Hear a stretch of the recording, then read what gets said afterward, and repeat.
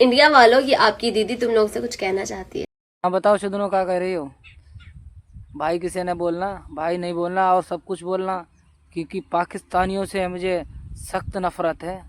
कि बहनचोद, तुझे तो खातिर नहीं छोड़ूंगा, तेरा तो भाई बहन में रिश्ता चलता है ना, तो ये हिंदुस्तान में हो नहीं सकता है।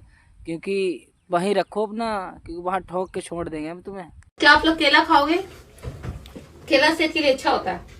केला तो मैं तुझको खिलाऊंगा, इतना रसीला, इतना मीठा, जो कि बहनचोद तेरे मुंह में तक नहीं आएगा।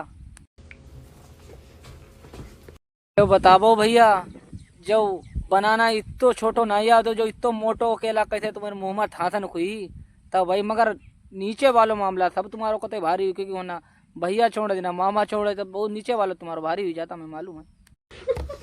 भाई तुम्हें हंसी देखा हो, अगर तुम्हें हमारे पसंद ना हो तो हंसती थोड़ा न तुम, इसीलिए तुम हंसी, हाँ हंसी जानो फंसी।